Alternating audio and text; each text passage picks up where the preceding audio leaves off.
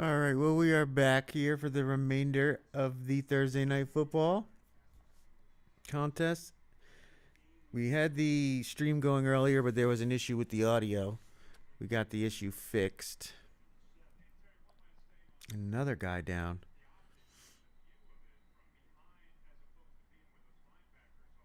And we've got the Circa lines.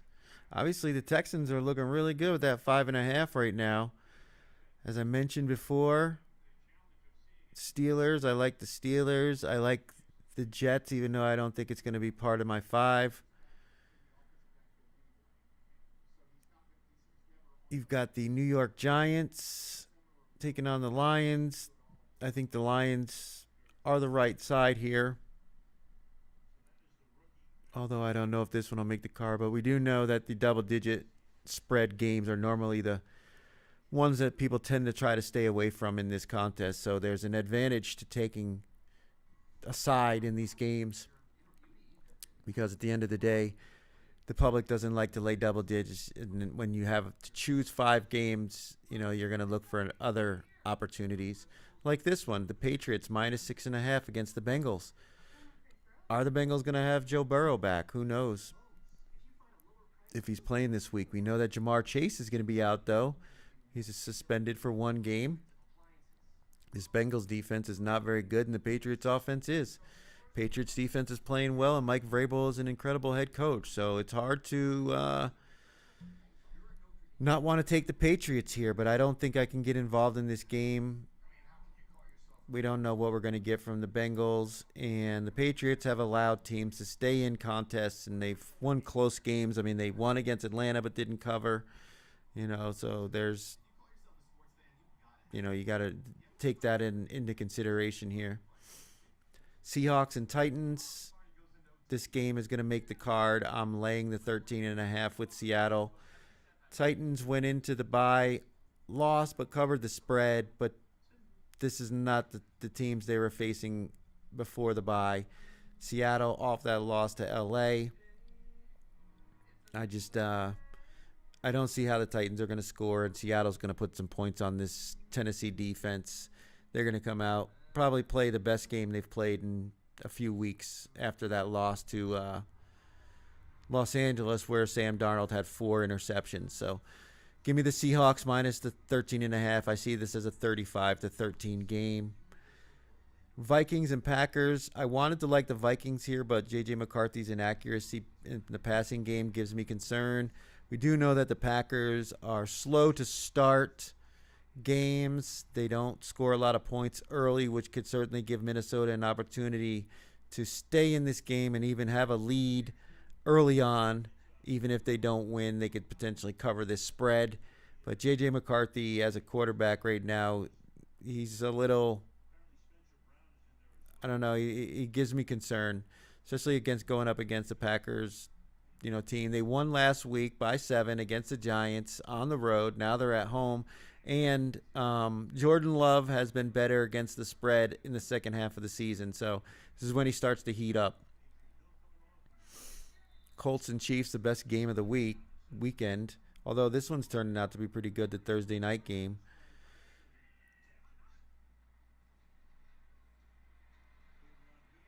Colts and Chiefs. Chiefs backs against the wall. I mean, if they lose this game, they could potentially not make the playoffs this year, as they're not going to win their division unless something terrible happens with the Broncos. They're going to be a wild card team. Colts leading in the AFC South, but you've got Houston here who could potentially be 6-5, and if the Jaguars are somehow able to win, they could be, I think, 7-5. So they'll be right behind the Colts if they don't win this game. So both teams really need this one. I think the Chiefs are the right side in this one, but it's hard to pick a side in this one with 2 really good teams. So I'm probably not going to use this one in the contest. Jaguars going to Arizona to take on the Cardinals. Cardinals +3 at home. I like the Arizona side here. Jacoby Brissett has been passing the ball well. I think they'll be able to move the ball in this Jaguars offense. I mean, on their defense, and the offense could struggle. Arizona's defense has played well. They were missing some key players in the last few games, but it looks like most of those guys will be back for this one. So I think they could certainly take away the passing game of this Jaguars team. And, I don't know if they can run it on this Cardinals front. They're pretty strong. They've been playing halfway decent. So this is a tough spot for the Jags going out across the country after that big win at home against the Chargers, where that final score I think was a little more misleading than the actual game itself. Just that was a bad spot for the Chargers there. And I think you're getting a bad spot for the Jaguars. So I like the Cardinals +3 here. Not sure if this one will make our 5, but it's certainly on the cusp. Ooh, Buffalo stuffed them on 3rd and 2. Big defensive stand here. What was the total for this game? It wasn't very high.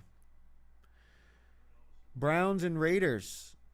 Shedeur Sanders making his first official start as a Cleveland Brown going up against the Raiders. This one, I like the Browns here plus the points, and the reason why is the offensive line for the Raiders is terrible. The defensive line for the Browns is really good. The Raiders' defensive line besides Max Crosby is not very good, and the Browns' offensive line is halfway decent. They've got a good running back. They can actually move the ball. The Raiders' offense cannot move the ball. Geno Smith is not good. Austin Gentry has nowhere to go behind this terrible Raiders offensive line, and it's not going to get any easier with this Browns defense. I think they're not going to ask Shedeur Sanders to do a whole lot. They're going to try to run the game. They're going to shorten the game. They're going to lean on their defense. I've said it. I don't think Shedeur has more than 20 passing opportunities in this whole game. I really think, and if they are, they're going to be short passes.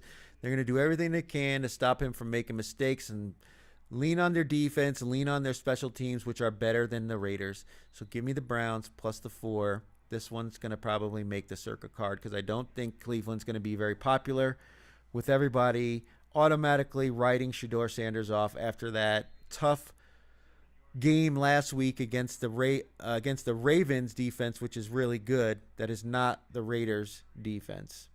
And he was not taking the reps with the number 1 team all week. He is this week. I think they're going to come out motivated to get the young guy a win here.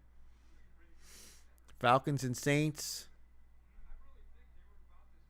Move on. I'm not using it in the contest. Kirk Cousins is probably an upgrade right now in quarterback with the way Penix is playing, but without Drake London, I want nothing to do with the Falcons. And as a Falcons fan, I won't take the other side. I'll just pass on this one altogether. Eagles and Cowboys. I like the Cowboys here plus the 3.5. And Dak Prescott has been excellent against the NFC East over his career, and he's been very good against the spread in primetime games. So I think this is just a good spot for the Cowboys. They're facing the Eagles without one of their offensive linemen is definitely out. Their tackle, Lane Johnson. And the splits with him out of the game for the Eagles is really eye-popping. The way that their win-loss record when he's in there is above 500, and when he's not in there, it's below 500. He's a very important part to this game, and we're also seeing a lot of turmoil in the Eagles. The Cowboys' defense is starting to turn the page, and their offense is phenomenal. So I'm going to take the offense here with the Cowboys and expect them to stay in this game. We could see another high-scoring game. This could be a repeat of when they played the Packers, and there's going to be 30 points scored by each team. So I'll take the Cowboys and the points at home. This one's going to probably make the card as well. Tampa Bay Buccaneers +7 taking on the Rams, going out west. Bucs off that tough loss against Buffalo. In Buffalo. Now they've got to go out to Los Angeles. Rams the win against the Seahawks, although there were some question marks in that game with the way their offense played against Seattle because they had 4 interceptions on Sam Darnold, and they only won that game by 2 points. Their offense was very stagnant versus the that stiff Seattle defense. And the Bucs defense is pretty good. They're getting back some guys on offense with Bucky Irving and Godwin. Looks like they're both going to be back. We need to watch the offensive line injuries as Tristan Wirfs and their other right guard, I believe, or left guard are both questionable. But if they're both there, I really think this Bucs team can run the ball on this Rams defense. And although they looked like world beaters last week, you're never as good as you are in your best game. And that was just a bad spot for Seattle that the Rams were able to get those 4 interceptions. I don't see them repeating that kind of turnover differential against the Bucs here. I think line is a little inflated, so I like Tampa Bay plus the 7. This game it could also make the 5. And then you've got the Panthers and the 49ers. Oh, that was a fumble by Buffalo after Shakir. They gave the ball to Houston. Houston's got the ball at Buffalo's 22-yard line. Wow.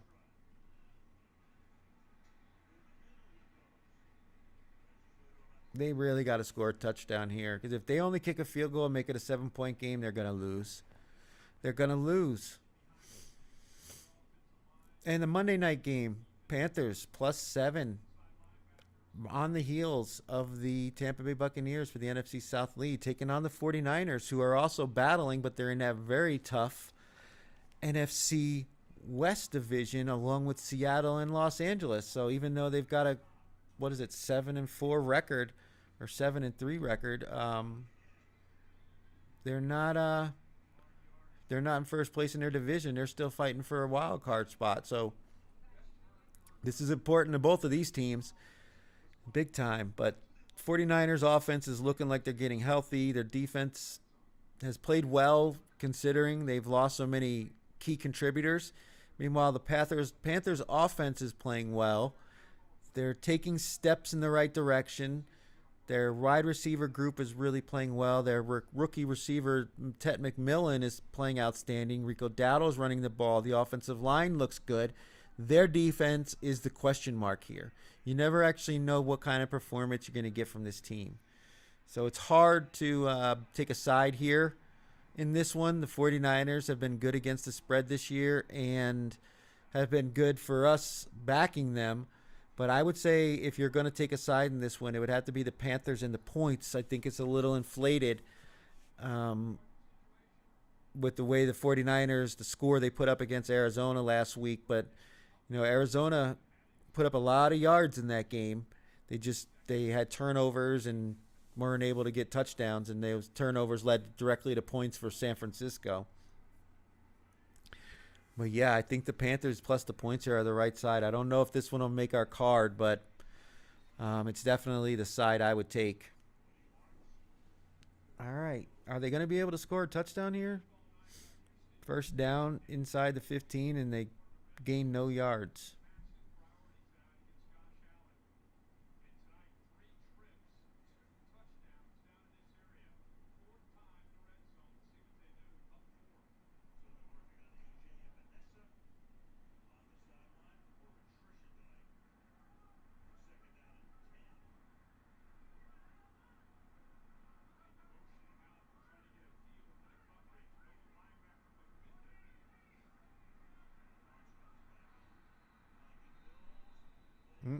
Timeout.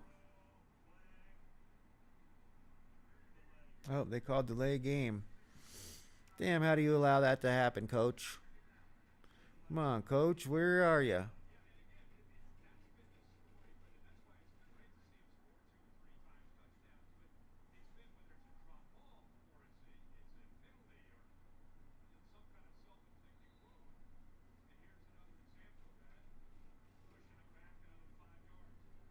Come on, camera.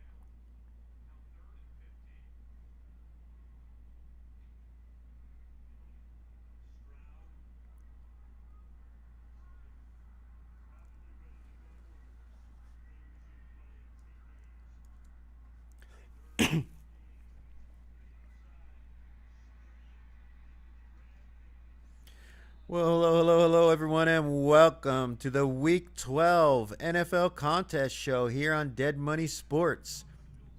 It's the Circa Millions picks for Week 12. We've got some interesting matchups this week. We've got a couple of double-digit favorites, 1, 2, 3. We've got two games that are on the key number of 7, one at 3. But we've got a few of them right sitting at 6.5, 2.5, 3.5. So we've got some interesting choices to choose from. All right, we got points in the game now. They're up by 7. But so we've got our 5 selections for Week 12 of the Circa Millions contest. We're going to go through those really quickly. First up is the Pittsburgh Steelers plus 2.5. The Chicago Bears team that they're taking on, they've been very, very lucky with this win streak that they've had.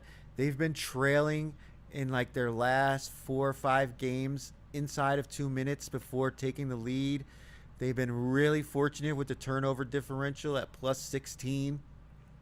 We know this Pittsburgh Steelers team, one thing they do well is create turnovers. They actually are plus 8 in the turnovers, and that's even with Aaron Rodgers and the interceptions he's had in his last 2 games, really moving that number up.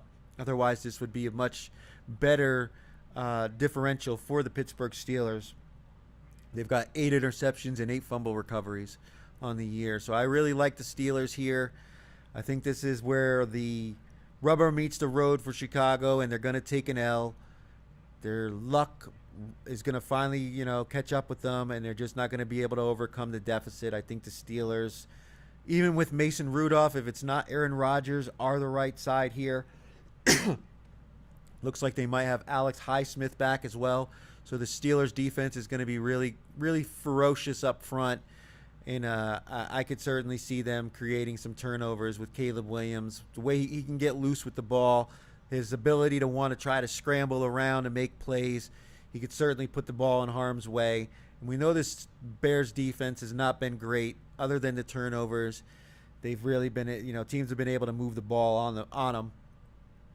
And I just think this is where we finally see the Chicago Bears take a loss, take a step back, and the Pittsburgh Steelers start to march towards their chance of winning the division. So give me Pittsburgh plus the 2.5 as my first pick for Week 12. My second selection is the Seattle Seahawks minus 13.5, taking on the Tennessee Titans in Tennessee. Now, we know Mike McDonald's been better against the spread on the road. This Tennessee team, although they did cover the spread in the 2 before they went into the bye, lost both games outright. And I don't see them scoring very many points against this Seattle defense that's, one of the best defenses in the league. They held the LA Rams offense to 21 points with their quarterback having 4 interceptions. I don't think Sam Darnold's going to have the same issues with turnovers he's had the last few weeks. We're going to get the best version of this Seattle team, and I think this is a one-sided affair for Seattle. I have this game as a 35-13 matchup in Seattle's favor. I expect a couple turnovers by the Titans offense. Ridley's out for the year. They don't have much of a running game. Their offensive line can't block very well, and we know Cam Ward is prone to fumbles. So we could certainly see him taking some sacks and some turnovers for the Seattle defense, leading directly to points. I think JSN and Rashid Shaheed will have big games. I don't expect Darnold to play as poorly as he did last week. And we're going to see the Seattle team get back and show us why they are the number 1 DVOA team in the NFL, and the Tennessee Titans are the number 32 DVOA team in the NFL. And just for context, no number 1 team in DVOA has ever lost to the number 32 team in DVOA. So if you think a team's going to win, you got to think they're going to cover. So give me Seattle minus the 13.5. And this game probably won't be very popular because people don't tend to like to mess with the double-digit spreads in the Circa contest. So we could get a point here and not be in the consensus top 5. My third pick is the Cleveland Browns +4. I think the overreaction to Shedeur Sanders' half of play last week against a very good Baltimore defense is a little much here. This Las Vegas Raiders team is not good. Their offensive line cannot block. They cannot get anything going with the run game. The Cleveland Browns defensive line is outstanding. Their defense is good. Their offensive line for Cleveland is actually pretty good. They can run the ball, and we saw that the Raiders are not good against the run. If you can take care of Max Crosby, you can move the ball on this team. I think people are overreacting to what they saw in that limited amount of time that Shedeur was on the field last week. Now that he's actually practicing with the ones, I think we're going to get a good game out of him. I have no faith in this Raiders team at all. And I don't think they're going to really rely on Shedeur Sanders too much. I think we're going to see a very run-heavy game plan for Cleveland. They're going to lean on their defense. They're going to lean on their special teams. And with it being +4, I'm going to take the points with the team who has the better offensive line and better defensive line, and that is the Cleveland Browns. And I also don't think this is going to be a very popular side in the contest. So we could be on the contrarian side and not in the top 5. So my fourth pick is the Dallas Cowboys +3.5. This is a good situational spot for the Dallas Cowboys. Dak has been very good against the NFC East over his career, and he's also really good against the spread in primetime games. I think the Philadelphia Eagles missing their offensive lineman, Lane Johnson, is going to be a big problem. This pass rush for Dallas could potentially get after Hurts.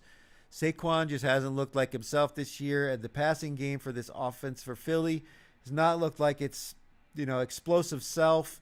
The offense is really struggling. I think the Dallas Cowboys were able to put up some points and pass the ball on this Philly defense. Their offensive line is actually playing halfway decent. They can run the ball. I think Philly they won against Detroit last week, but that was a hobbled Detroit team in a bad situation for their quarterback Goff. But now they've got to go to Dallas, take on the Cowboys here. So I'm going to take the home dog +3.5 with the Dallas Cowboys as my fourth pick in Week 12. And the fifth and final pick, this one we could get a little tinkering, so be sure to check back in on Saturday during the release show live stream because we may go a different direction though. But I like the Bucs here with them getting back Godwin and Irving. As long as their offensive line is healthy, I think they're going to be able to run the ball on this Rams team. I think the Rams are getting a little bit more hype than maybe they should. I mean, I know they're a really good team. Obviously, they've been good to us the last couple of weeks. They've covered the spread for us. They didn't cover the spread last week. They covered the spread before, but they won outright. But I think this Bucs team saw something. We'll be able to take something from that Seattle game, at least the defensive game plan. And Todd Bowles will have his defense ready to play. I don't think this Rams are going to put up a bunch of points on Tampa Bay, and I think Tampa Bay will be able to move the ball. I think if they have all these pieces back on offense and Baker's looking a little bit healthier after the bye, I like their chances here. Obviously, coming off that tough loss in Buffalo, that was a bad scheduling spot for them with the weather and everything else on the road in Buffalo. But now they're going out to L.A., even though they got to travel to the West Coast. It's inside, so this is a much better opportunity for Baker and this offense to put up points, passing the ball, and running on this LA defense. So for my fifth and final pick, give me the Tampa Bay Buccaneers +7. So there you have it.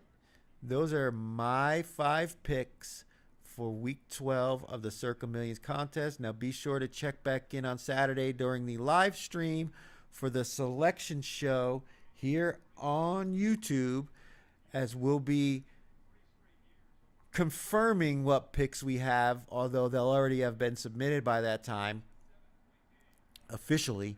But if you're betting the sides, I like these sides regardless. Even if I take one side out, I won't be that I won't be flip flopping the game. I just might have a better feel for another game. But the way it looks right now, these are the 5 I'm going with.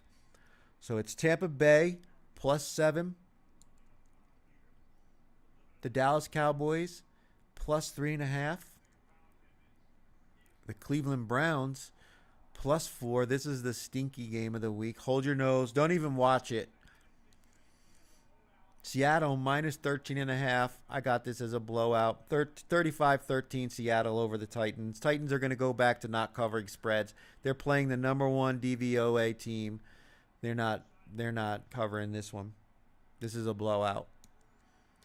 And the Pittsburgh Steelers +2.5. I think the run of luck for the Chicago Bears is going to come to an end, as they will not win the turnover differential in this game, and that will be the difference for the Pittsburgh Steelers. There you have it. That is the NFL contest show for week 12. Be sure to hit that like and subscribe button.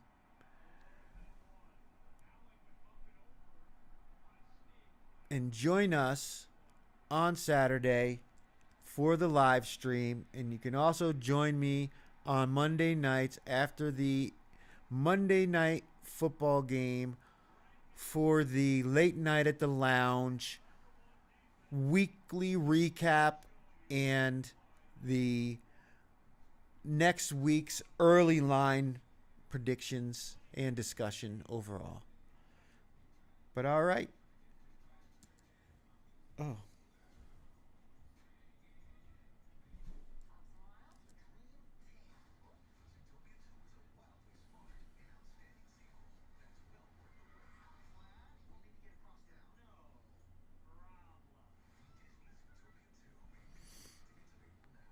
That is the end of the Week 12 NFL contest show. Good luck to everyone this week. I hope you have some winning bets. Be sure to join us on Saturday.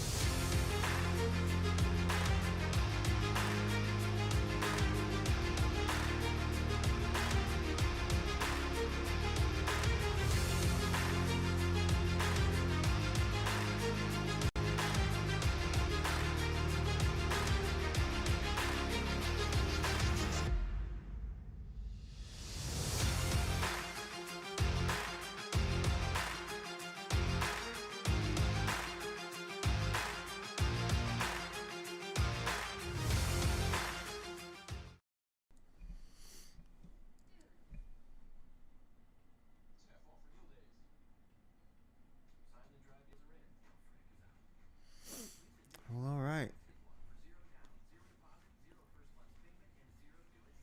We got us a game here.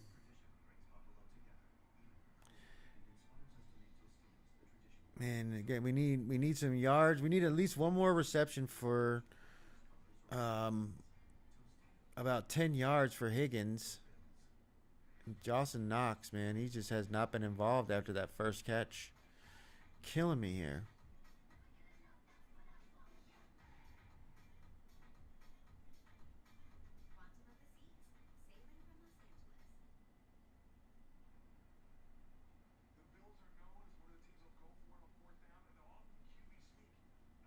So Buffalo gets stuffed on 4th down.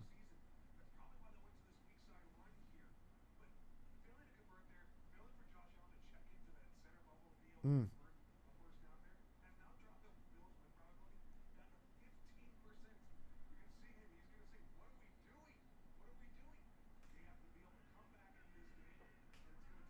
You're the quarterback. You can audible out of that play if you wanted to.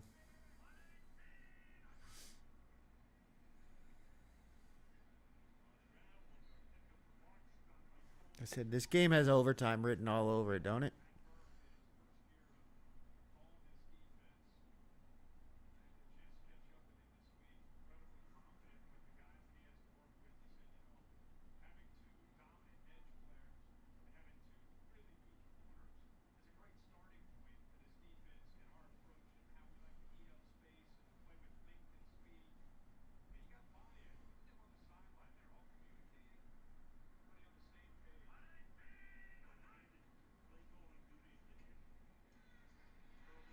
Mm, dropped it.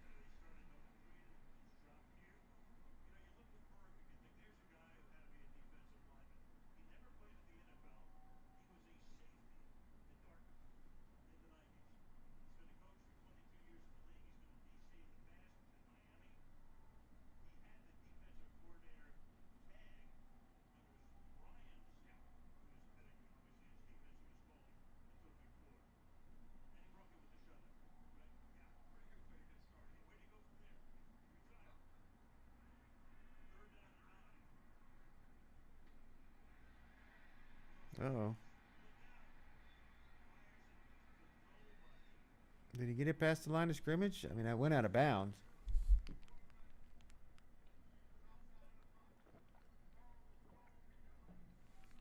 Yeah, he got it beyond the line of scrimmage barely.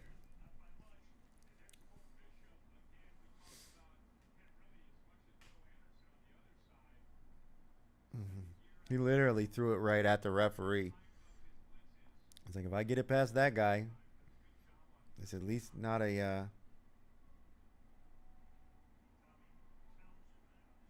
sack. It's like, did I see Keon Coleman on the sideline still, not dressed for this game? Wow.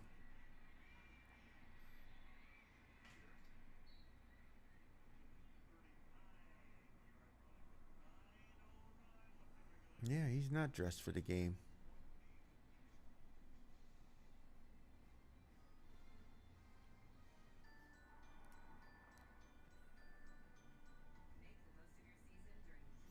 This feels like a Dalton Knox drive. Come on, Josh. Find your tight end.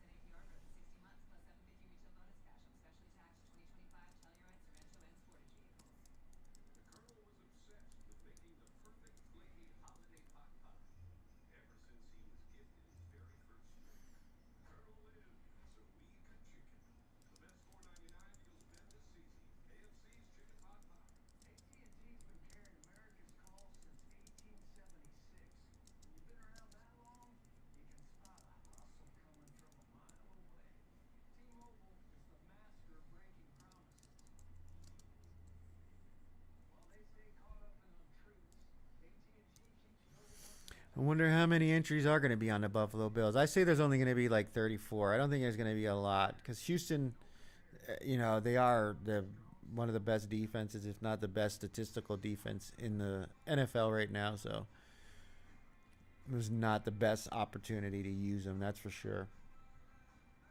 And I'm sure a lot of people already used Buffalo. And I doubt anyone out there was bold enough to want to go with the Texans there.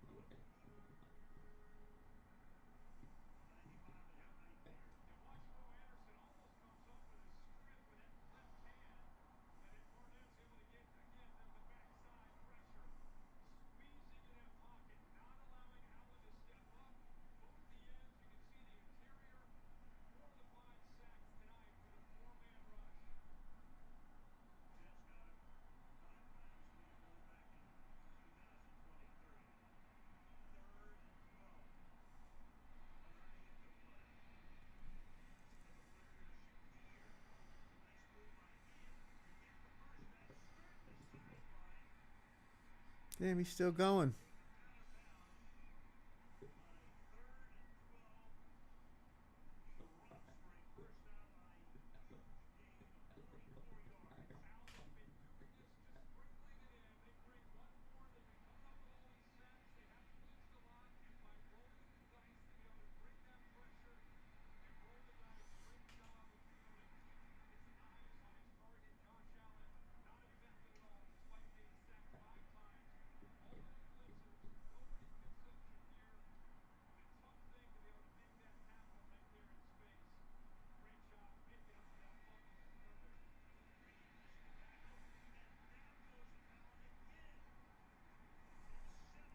They are just racking up sack after sack on this guy.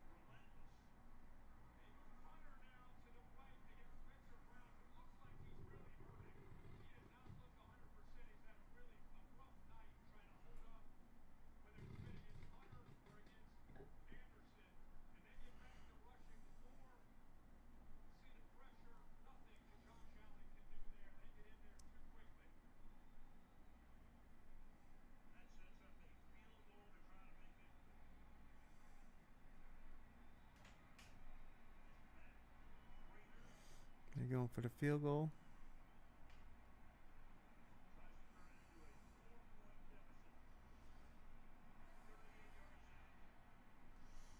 And it's good.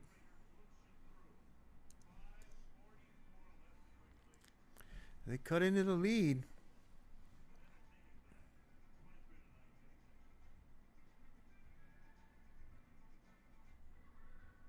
They cut into the lead.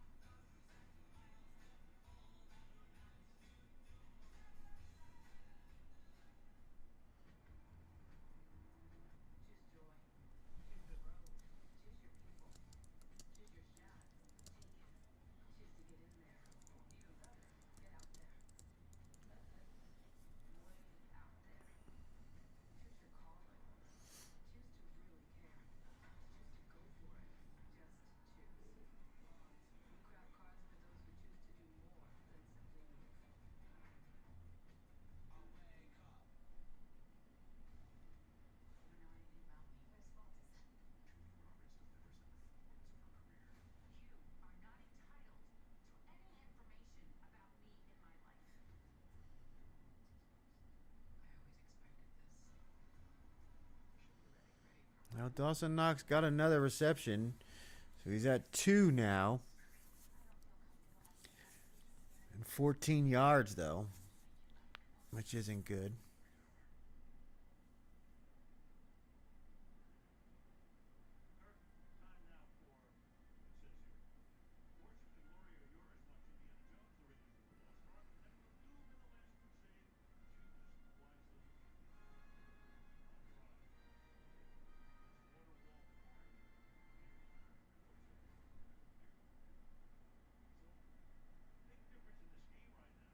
.544 remaining.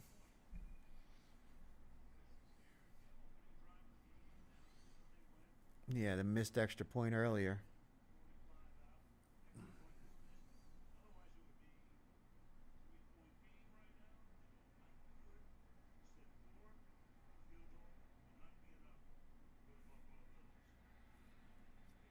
Can Houston's offense close out the game here?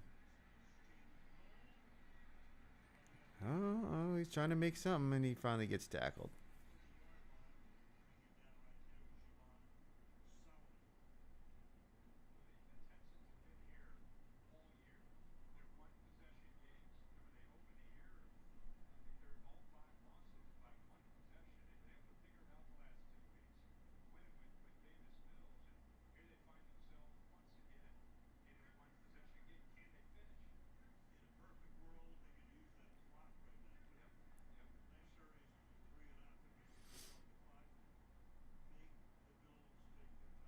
If somehow they can win this game, Jacksonville loses to Arizona and the Colts lose to the Chiefs. They're both on the road. You know, not easy games to play. They're going to be right back in the hunt for this AFC South division. There's Higgins. All right. Good. That's another reception for us and some yardage. How much was that? All right. That's a double-double. We went over our yards and the receptions on that one. That's 2 legs down, 2 bets in the books. We need Dalton Knox to do something in the end of this game. Did he get it? Yes, he did. Drag them toes. All right. All right. Over 2.5 receptions. Over 27.5 receiving yards. And those were 2 heavily not heavily juiced, but juiced lines at -129 and -121. All right. That's 2 legs of our parlay down. If we can get Dalton Knox to get another reception in about 11 to 12 yards, 12 yards exactly. We need a big reception or run after catch, but all right. Now we need Buffalo to get the ball back. We got our Jalen Higgins props right there. And he got another reception. So now we're definitely golden. And all right, now it's 3rd down. Buffalo needs to get them off the field. Get the ball back to Josh Allen.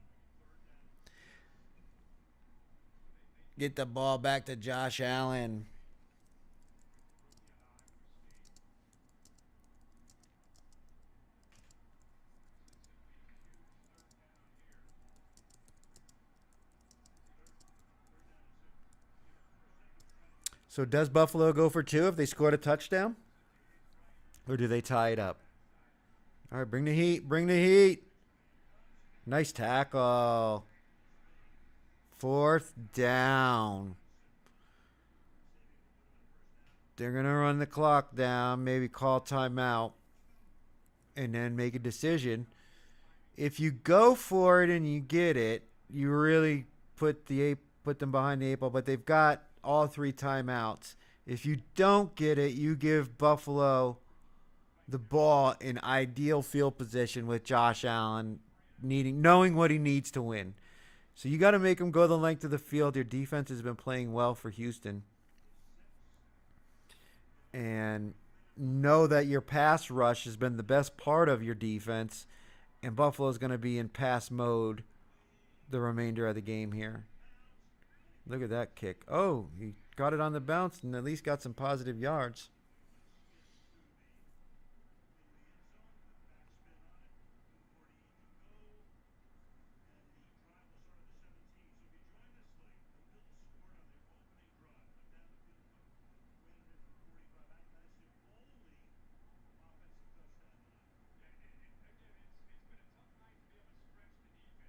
Dalton Knox. Dalton Knox. We need 88 on the field.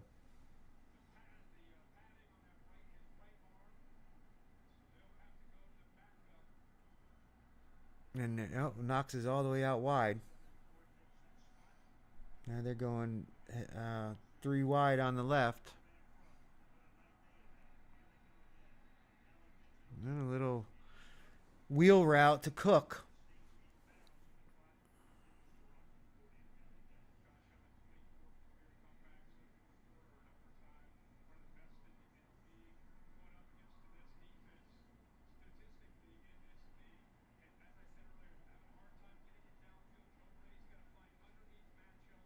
Yeah, the tight end. They're going double tight ends, 2 tight ends. This is ideal for him. And they're gonna run it. Hmm.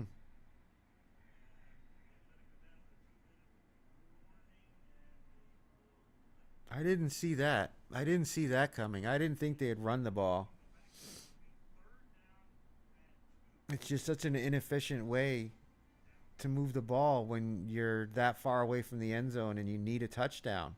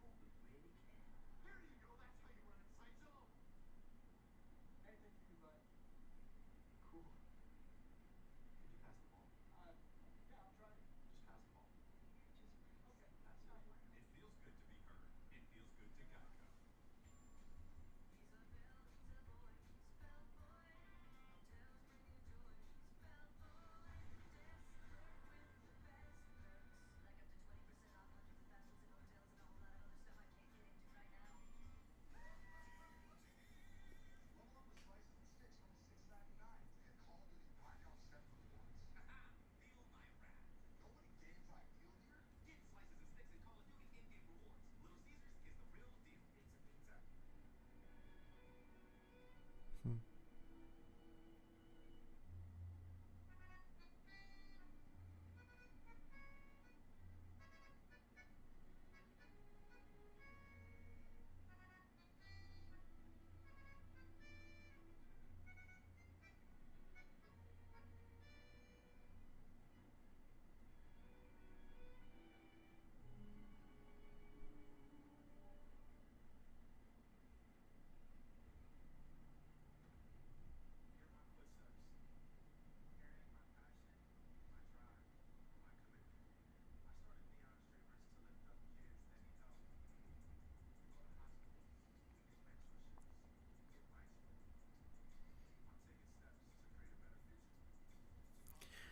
We're gonna need Dalton Knox. Come on. Need it. We got 2 legs. We got two in the books.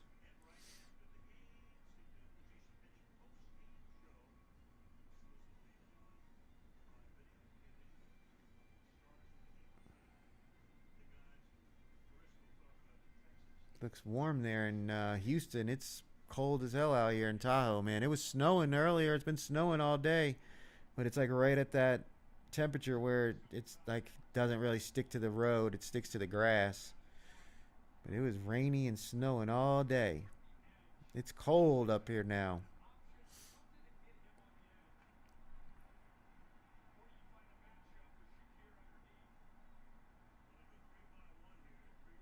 3rd and 1, 2 minutes to go.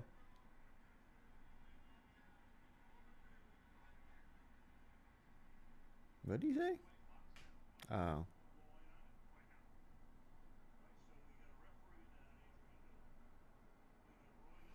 that's some home cooking now. All of a sudden, the play clock's not working when Buffalo's got the ball to drive in the final 2 minutes.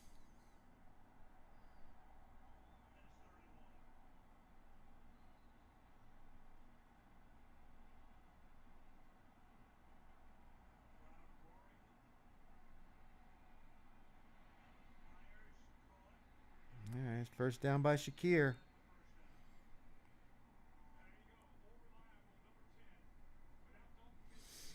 All right, so they got the ball and the first down and out of bounds. Dalton Knox is on the field. They're just not throwing him the ball. Number 88, Josh. Look for number 88. We need you to throw the ball to number 88. You're going to have a shot over the middle.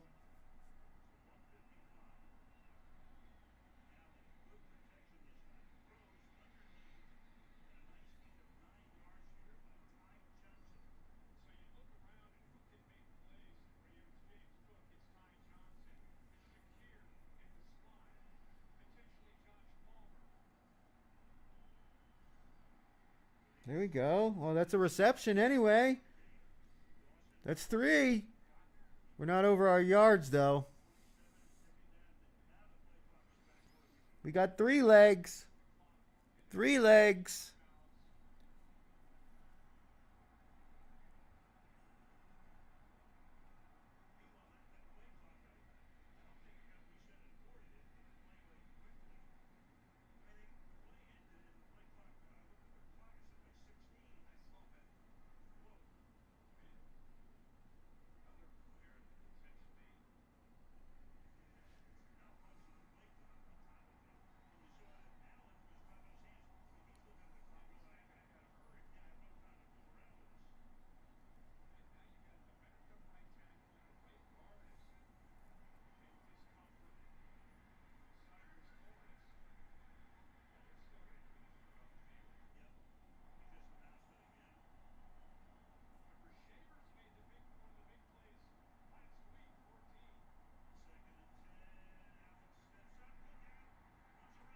Oh, big sack. Can't do that.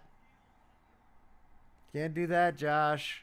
You got to know when to hold them, when to fold them, when to throw it away, and know when to run.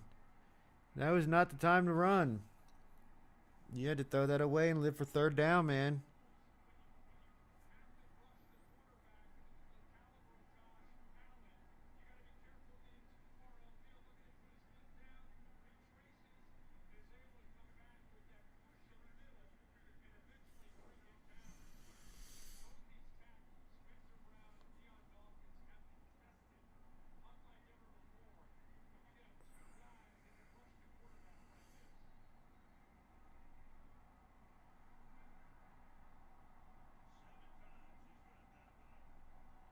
Seven sacks. Damn. 3rd and 20.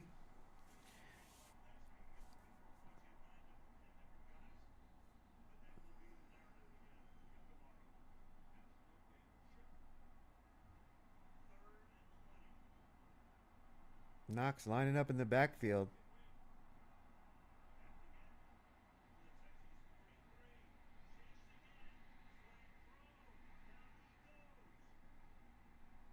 Another sack.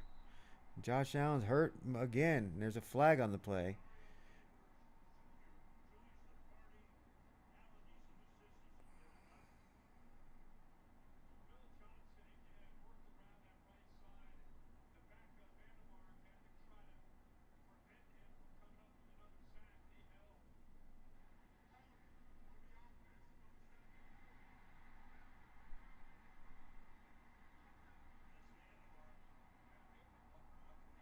Eight sacks now.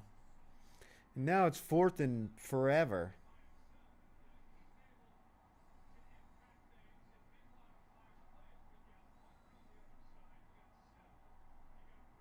And Josh Allen's holding his throwing hand. Still trying to shake it out. That ain't good.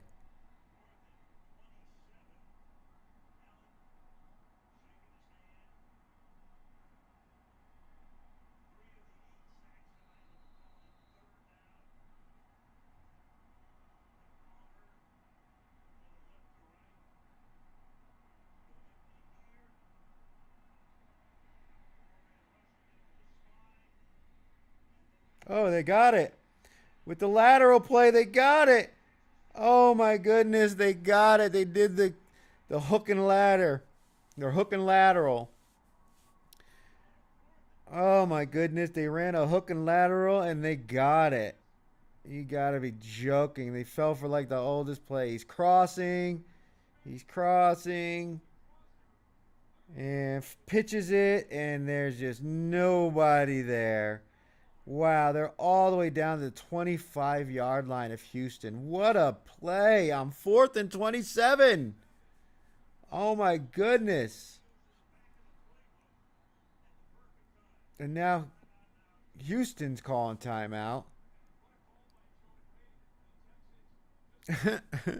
I can't believe that play actually worked.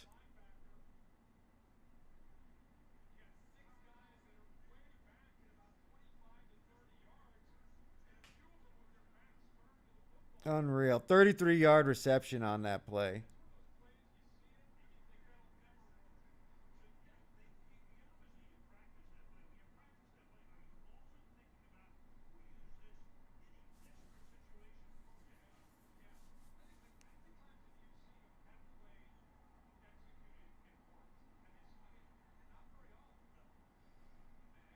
I mean, they're going to be talking about that play on the talk shows tomorrow. If Buffalo goes on to win this game, and we've got Knox in the slot, come on, get him the ball. He's going to be open. Get him the ball.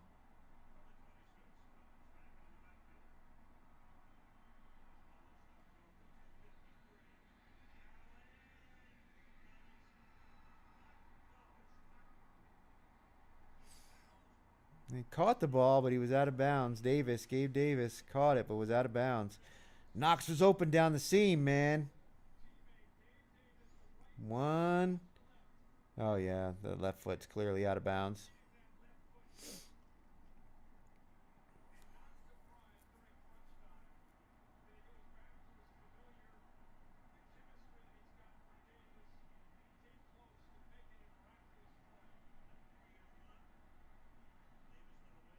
Knox is out wide again.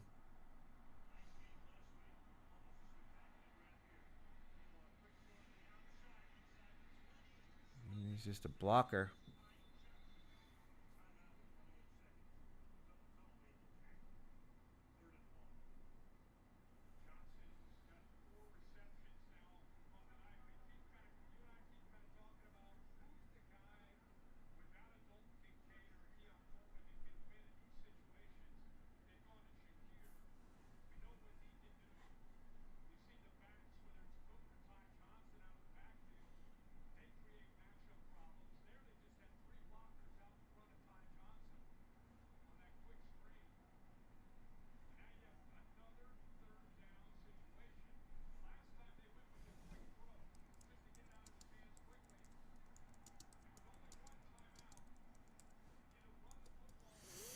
It's getting on here.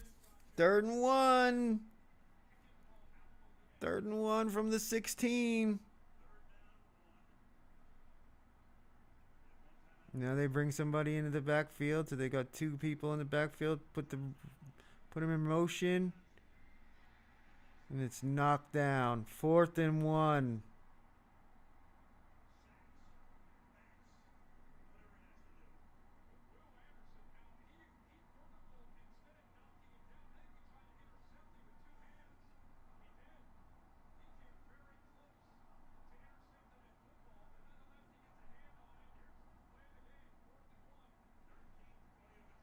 So they made a 4th and 27. Can they make a 4th and 1?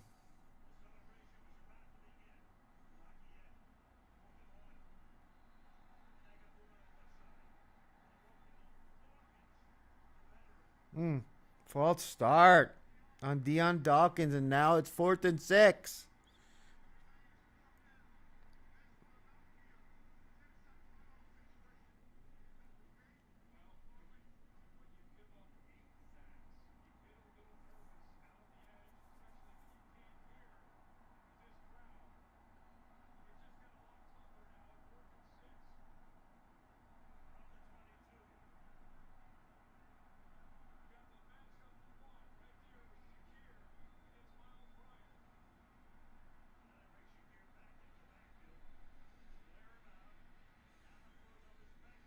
Intercepted, and the game is over. Flag on the play.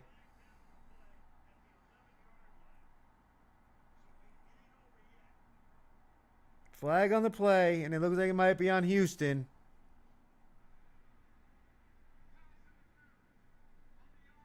Oh! Offensive pass interference, and the game is over. The Houston Texans pull off the upset as a 5.5-point home underdog, knocking off the Buffalo Bills. The Bills are going to fall to 7-4, and the Houston Texans are going to go to 6-5. Davis Mills coming in, doing just enough, and this Houston defense is just incredible. We didn't get the final leg of our parlay as Dalton Knox did not go over his yardage receiving total, but we hit 3. We got 3 bets, 3 winners. It would have been nice to have gotten the 4th one and gotten the parlay, but we got 3 winners out of it. So we'll take that.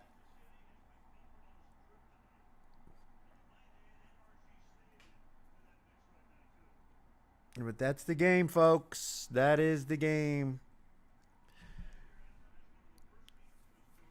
Texans hold on to win 23-19. Thanks, everyone, for joining me for the live stream. Be sure to hit that like and subscribe button and join me on Saturday for the contest selection show. And we'll have the final 5 selections for week 5, although we have released the NFL contest show with the 5 picks that we're probably going with.